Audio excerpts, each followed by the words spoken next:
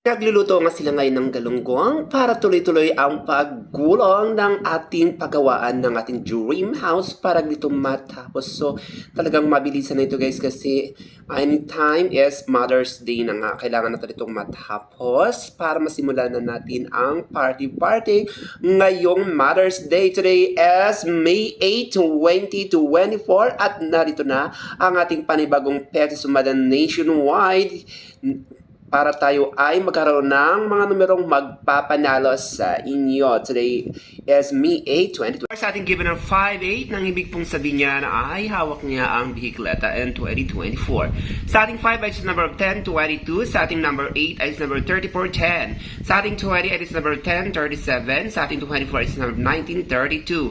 So our first lucky number, we have the number of 32, 24. And the second lucky numbers is 27, 13. So our strongest number for today is number 30 minus 24 equals to 8 and 27 plus 13 equals to 40. So 840 po ang ating strongest number. Ang ating 8 pwede siya mag 35, ating 40 pwede siya maging 31. So our strongest number for today is number 840, 835, 831, 40, 31, 40, 35, or 35, 31.